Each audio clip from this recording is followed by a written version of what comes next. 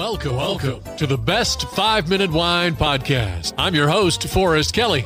From the seed to the glass, wine has a past. Our aim at the Best 5-Minute Wine Podcast is to look for adventure at wineries around the globe. After all, grape minds think alike. Let's start the adventure. Our featured winery is... We continue our conversation with Patrick, owner of Table Mountain Vineyard in Wyoming. I think, Patrick, you offer a flair that not many wineries in the entire world can offer, in that you've got other crops that you're working on simultaneously while producing wine. Well, we still do the traditional farming as well to try and keep the farm going. The winery has turned into the 10 acres. Could really be a full-time job, and we do it as good as we can.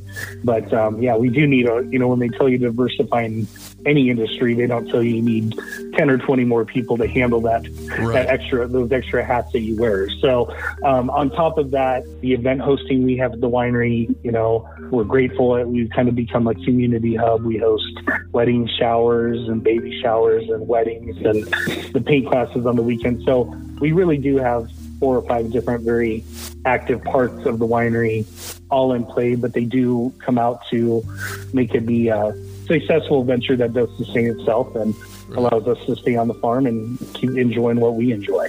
How much has the vineyard grown since you first started? In terms of the vineyard, when we started in 2004, we probably had about 5 acres total of grapes. We kind of kept planting every year. We never did everything in one big block. We started our very first year with 300 vines in 2001, and then progressively planted 1 to 2 acres every year. So right now, in 2021, we're about at 10 acres, which we do about 1,000 vines per acre. Our capacity in terms of the winery ebbs and flows based on the weather. We'll have a bumper crop, and then the next year we'll have a very, very small harvest. So our capacity, we're pretty variable, 3,000 to 6,000 gallons in terms of wine, which we measure in gallons, which tells you how small we are. But again, we're just a pretty small mom and pop and son shop, and we do harvest anywhere in terms of grapes. We do have some other growers who grow for us. We go anywhere from 15 to 30 tons of grapes a year. Obviously, last year, 2020, was a change for all of us, but how have you adapted to the new retail climate? Yeah, I'd say, and most people really hit the ground running with online sales, and where we self-distribute, we really slowed our retailing or our wholesale down just because we needed to.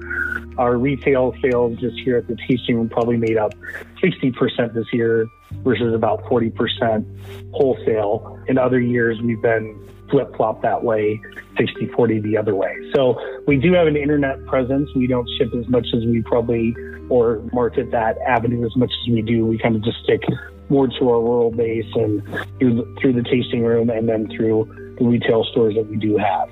How many different kinds of varieties of grapes are you growing? We have about 14 different varieties that we're growing of grapes, and a few of them, weather-related, soil-related, don't always show up at the same time. So we have a few that we'll get a harvest off of maybe every 2 to 3 years. We have some other growers who kind of ebb and flow the same way. So at any given time, we can have about 10 to 11 different wines. Right now, we're at a pretty constant 7 with the varieties that we have that continually produce. Your labels look like you have a lot of fun.